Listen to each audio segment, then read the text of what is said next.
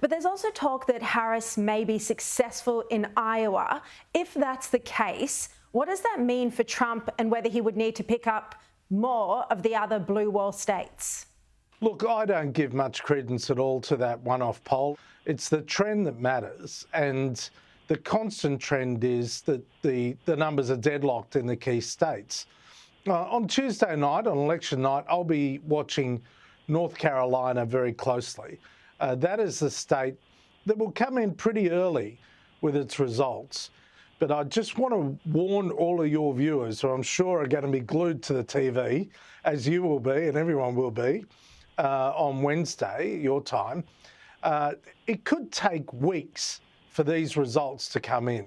I just caution everyone that it's going to, unless there is a sweeping victory on Tuesday night, then it's going to take days, if not weeks, to get a result. You've been speaking about the critical seats of Michigan and Pennsylvania. Well, there was a really fascinating report on CNN I just mentioned, and it's interesting in itself that CNN is even running this. But Harris speaking out of both sides of her mouth when it comes to the Middle East. She's running adverts in Michigan saying she's not going to be silent about the Palestinian suffering, and then running adverts in Pennsylvania that she's always supported Israel's right to defend itself. Does this show that this particular issue could shift votes in these critical seats? But also, what do you think it says about Harris that she can run campaigns like this? How can either side actually trust her? Well, I mean, that's part of the issue. As people form a judgment about Harris, they're going to look at not only what she's promising, which I must say is very light on, but it's what she's done that is the issue. And she has been a part of the Biden administration. Currently, 73% of Americans feel that the country is heading in the wrong direction. Now, if you're an incumbent government anywhere with those sorts of numbers, you are finished. And the challenge that Kamala Harris has faced is she's trying to run as a new, fresh face, and yet she is part of the incumbency.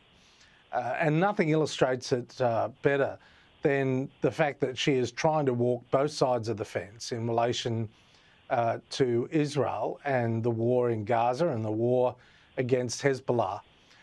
The fact is there are 400,000 crucial Islamic votes in Michigan. And if they choose not to vote, it's highly unlikely they will vote for Donald Trump, but he did reach out to them the other day.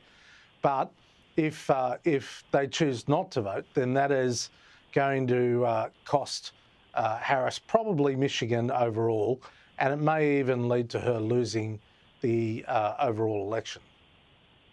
Joe, do you think Kamala Harris has properly addressed concerns about how her administration would be different from the Biden administration, and also her flip-flopping positions over the years, whether it's on fracking, on prisoners transitioning, on taxpayer funds, on the Middle East? And in a sense, perhaps, is she lucky that she's had such a short campaign window?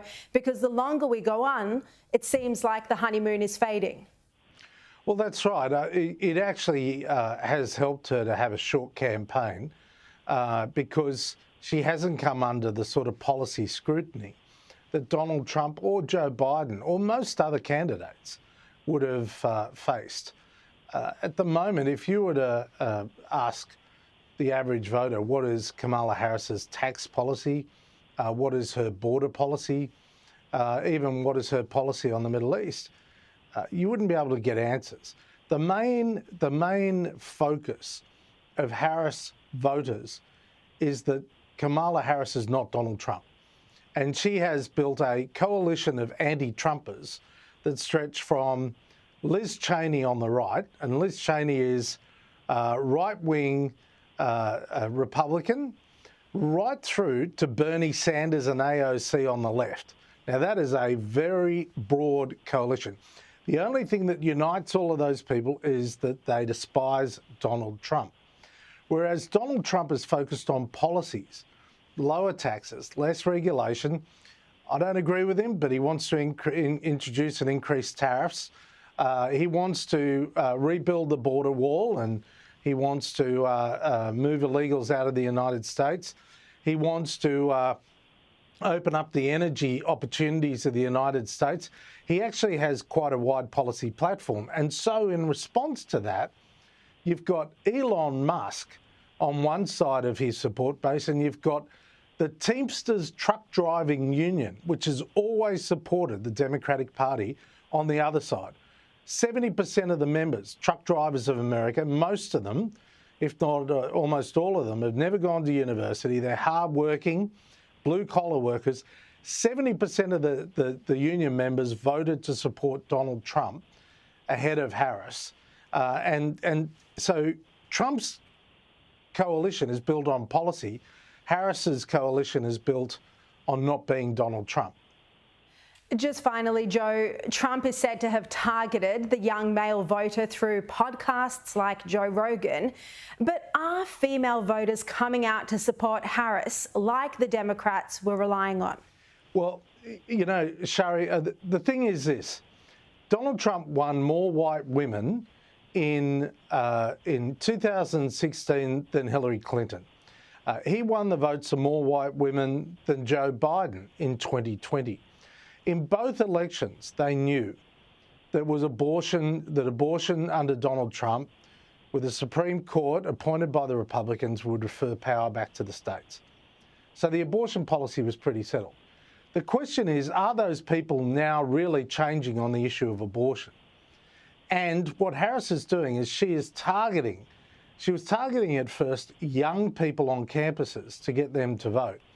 But she has now changed tack and focused on young women.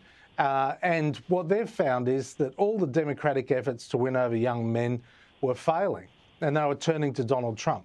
So there is a battle of the sexes in this election, more pronounced than almost any other election in American history. But I am still a little sceptical as to whether those issues that influence the sexual divide are going to be the issues that are actually going to materially change the level of support for Trump and Harris. Well, Joe, I hope it's not a week-long wait for the results or more, as you've suggested. It'll drive us all crazy. Joe Hockey, thank you very much for your time. Thanks very much, Sharri. Thank you.